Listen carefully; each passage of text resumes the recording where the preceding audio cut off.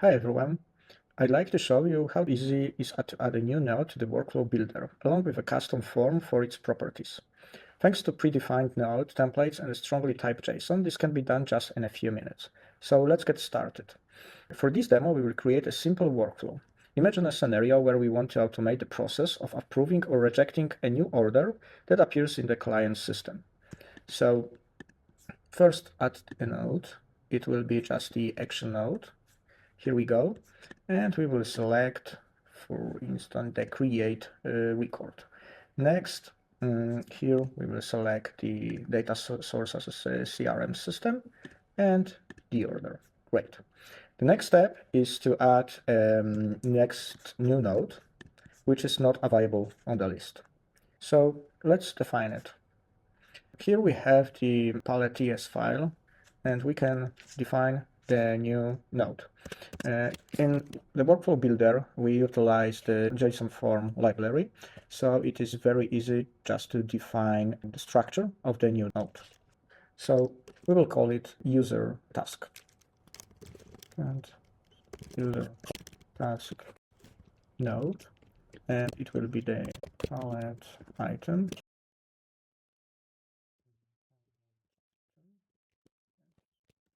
And we need to add at least 4 properties: the description, icon, label, and type. So let's start with the label.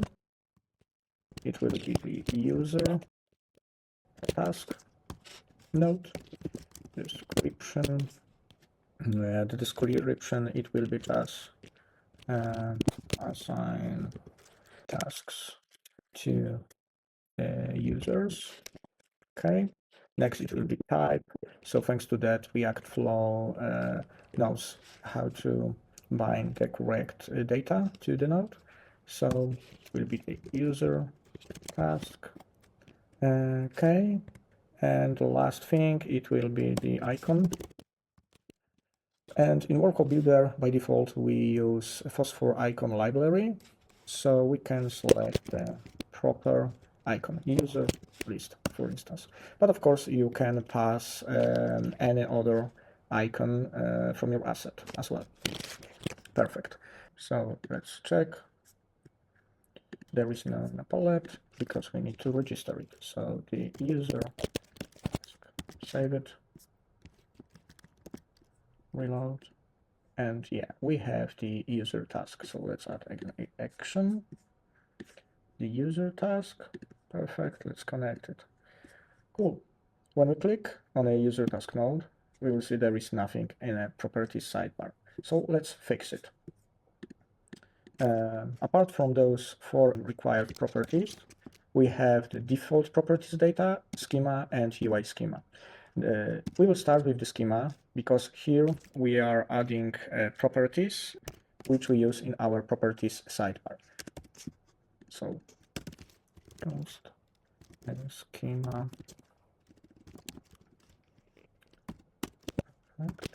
Okay. We'll add the type because, as I mentioned at the very beginning, it's strongly typed, so we can use it. It will be schema.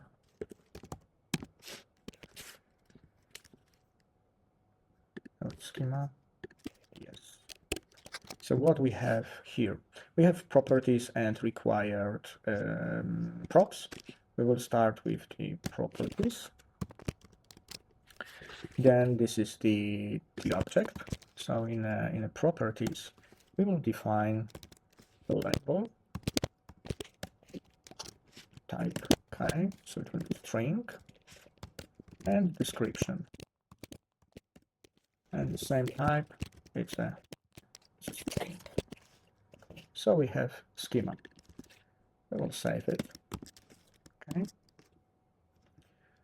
Okay, and now we will add the UI schema. Const UI schema, not this one. Okay. UI schema.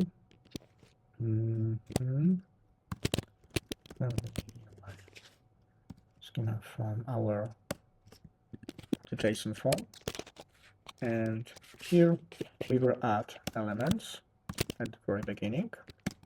Next, in elements, we'll add the first element. It will be the UI schema. UI schema, and this one.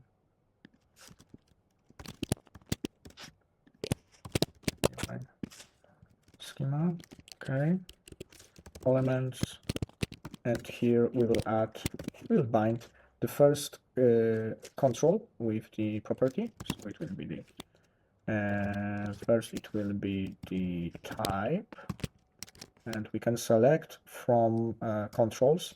We have layouts and controls, so it will be the text.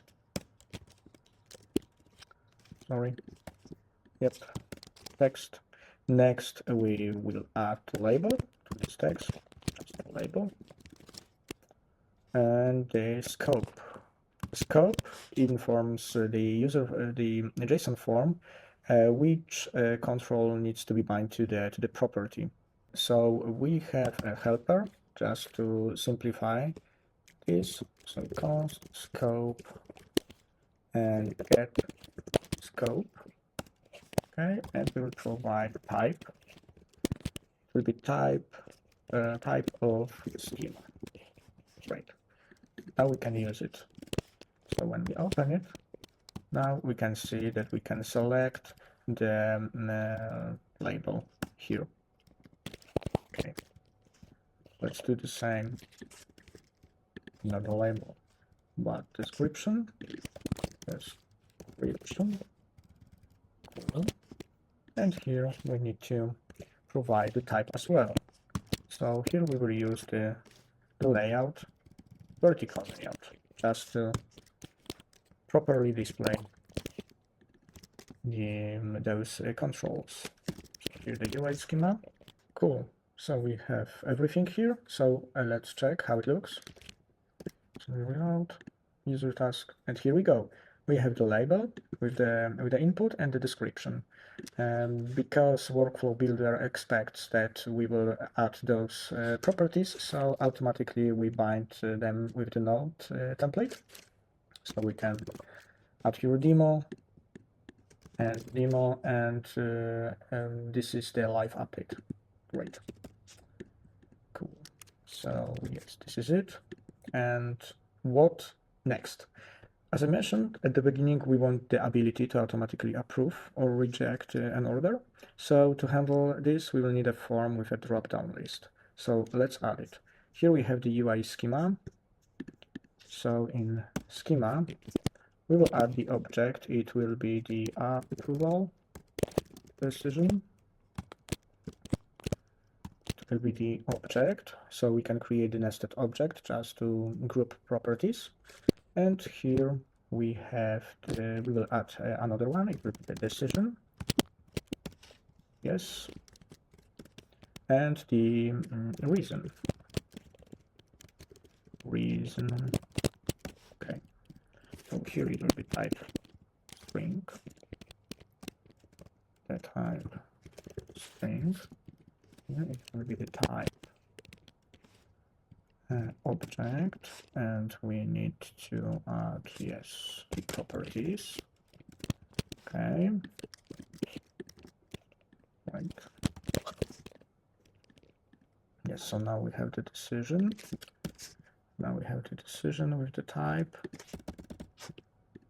Okay. Right, and the reason, the type string as well.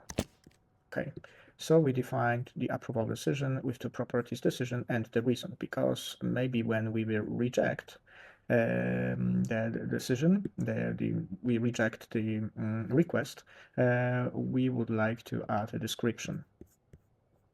So we will create now, we will bind with the controls. In Workflow Builder, we have possibility to not only create automatically layouts, but also add, for instance, Accordion. So let's add this type, Accordion, with the label decision. Okay, and now add the elements.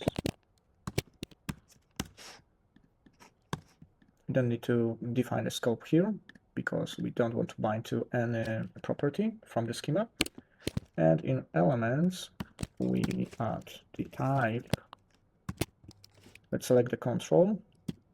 As I mentioned, it will be the select drop-down list label decision, and the scope. Let's use the utils method. Scope, properties, approval decision, properties dot decision. Okay, right. Let's save it. Cool. Let's check what we have here. Yeah, so we have approval decision with this decision without any options. We will add them just in a few seconds. And we have Accordion, so we can open and close it just to visually group properties. Let's back to the code. Here we have a scope, so let's add options. We will create the object because it will be easier for us to use it when we will define rules in a few minutes. So approve, and it will be the label dot approve value dot approve reject label reject and value reject. Okay, let's use these options in a schema. We have here the decision options, like with the values from this option. Okay, let's check it. And here we go. We have approve and reject. Let's also add the new element type dot and it will be text label even, and the scope very similar, but the decision, the read. Here we go. We have the input just to provide the reason. Cool. And the last part, maybe we would like to add another accordion, another group with a reminder. So thanks to that, we can provide the date picker and select the date. Okay, so here we have the accordion, the approval decision, UI schema, approval decision, and reminder. Reminder will active type object. Okay, properties, and here will be is active type boolean. It will be toggle. We will just create, we'll bind a proper control soon. Is active and the date. So type here add string, but also we can use the date if we would like to support this format. Perfect. Let's back to UI schema. Here we have the accordion. So we will also create the accordion here. Type accordion label reminder and elements, and here it will be the toggle, so the type will switch, right? Next, label, not really. We don't want to have here the label for the switch. We will do something different in a scope. Okay, so the properties dot reminder properties and is active. And yes, as I mentioned, for the label we'll add something different, so it will be type label. It will be just a label. text remind me, okay, and date picker type, date picker, and the scope, not expected, but the date. Cool. So we have label, switch, and date picker inside the accordion with the group reminder. How it looks. Nice. But I think that it will be better just to display those controls in line. So we can use the horizontal layout. Let's copy it. So it will be the elements, right? So we will create again elements. Here will be type. Okay. The type dot horizontal layout. Okay. Next, we will add elements.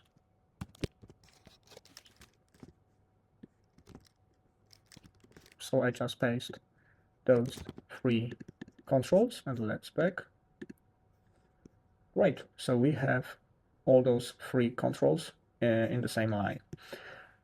Probably will be nice to move this toggle just closer to this date picker. You can do this via layout columns, and here we just use the grid auto columns, so you can provide the size for each column. So for the first one, it will be just one fraction to automatically adjust the size. Next, it will be 2.5 and maybe 6 rem. Okay, let's use rems here. And yeah, it's better. But here we have ellipses, so maybe 6.5, almost 7. Yeah, and here we go. Cool. So now we have a fully created property sidebar with the accordions and with controls such as drop-down list, inputs, and date picker as well. So the next thing which we can do is definition of rules. We can define the rules. So let's back here. We have the select with the decision and the reason, the input reason. So when user select the approve, everything is fine. But when he decide to reject, user probably can provide the description. So what we can do, we can create the rule that when user selected approve, there is no reason to provide any description, but when a reject has been selected, then this input can appear. So we can define it very easy. So in this reason, in UI schema, we have something which is called rule. This is the object. Inside the rule we have effect and the condition. In effect, let's select the enable. For the condition, we will select the schema, and it will be the const value and the true. So when the sorry, not the true, but the option from the decision, right? So it will be the options dot enable only, yes, when it will be reject, and value. Okay, so one thing is missing, it's a scope which is required, and we will use scope here in the decision. So now we create the rule to enable, or even maybe not enable, but show this text input when the user select the reject value. Let's save it and check it. So now there is no input with the reason, with the description. When we click approve, nothing changed. When we click reject, we have the reason. Cool. We can do something similar here. So when the user decides to activate a reminder, clicking by here on the toggle, the user can provide the date. But when this reminder is not active, this control should be disabled. So let's do the same. So here we have the date picker, rule, effect. Select the effect will be just the enable. Okay, condition, schema, const true, and the scope we can copy from here. Here we go, we have the scope. And now it's disabled. When we click on it, it's enabled. Great. The last thing, maybe we would like to provide the when user select as a decision reject. Here in the description we can provide the default text. So we have also helper for that. So here we have options, const default